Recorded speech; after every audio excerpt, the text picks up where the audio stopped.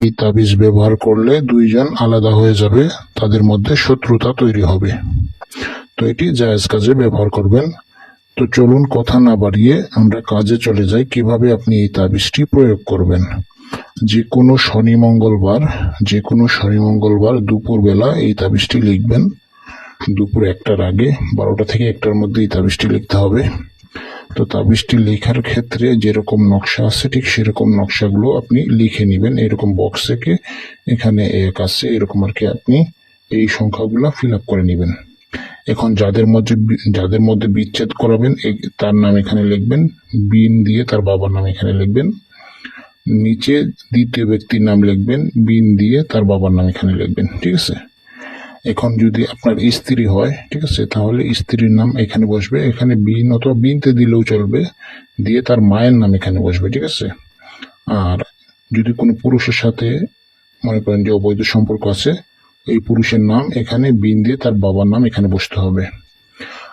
আর মনে করেন যে আপনার স্বামী কারোর সাথে পরক্রিয়া করে কিংবা অবৈধ সম্পর্ক আছে, তো স্বামীর নাম এখানে বসবে, বিন দিয়ে স্বামীর বাবার নাম এখানে বসবে। আর যে মহিলার সাথে সম্পর্ক, ওই মহিলার নাম এখানে বসবে, বিনতে দিয়ে এখানে মহিলার মায়ের নাম হবে এখানে। ঠিক আছে। আর মায়ের নাম না জানলে হাওয়া লিখে দিবেন, আর বাবার নাম না জানলে আদম লিখে দিবেন।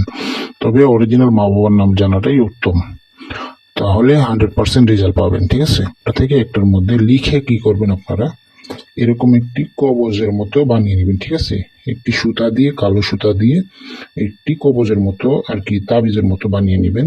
আর এটা হচ্ছে কি যে কোনো কালারের কলমের কালি দিয়ে লিখলে হবে, এতে কোনো সমস্যা নেই। কালো কালারের কলম দিয়ে লিখলে হবে, লাল কালারের কলম দিয়ে লিখলে হবে। আপনাদের বোঝানোর স্বার্থে এখানে 2 কালারের কলম ব্যবহার করেছি, আপনারা যে কোনো 1 কালারের কলম দিয়ে একটানে এই তাবিজটি লিখে শেষ করে দিবেন। ঠিক আছে।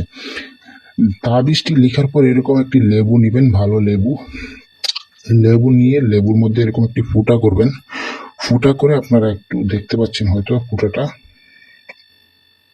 আমি ফুটা করে নিয়েছি। এখন এই তাবিজটা যেটা আপনি লিখছেন, এই তাবিজটা আপনি এটার ফুটার মধ্যে আপনি ঢুকিয়ে দিবেন। ঠিক আছে। এই যে আমি তাবিজটা ঢুকিয়ে দিলাম। এখন এই লেবু অথবা লেবু গাছের নিচে এটি আপনি দাফন করে দিবেন। লিখার পর এটি তাবিজটি এইরকম লেবুর মধ্যে ঢুকিয়ে আপনি সাথে সাথে এটি হচ্ছে গিয়ে ওই টক ফলের গাছের নিচে আপনি দাফন করে দিতে হবে, অথবা 1 হাত গর্ত করে আপনি এটি পুঁতে দিবেন। ঠিক আছে। পুঁতে দিয়ে আপনি পিছন ফিরে তাকাবেন না, বাসায় চলে আসবেন। 24 ঘন্টার মধ্যে ইনশাল্লাহ আপনি রেজাল্ট দেখতে পারবেন।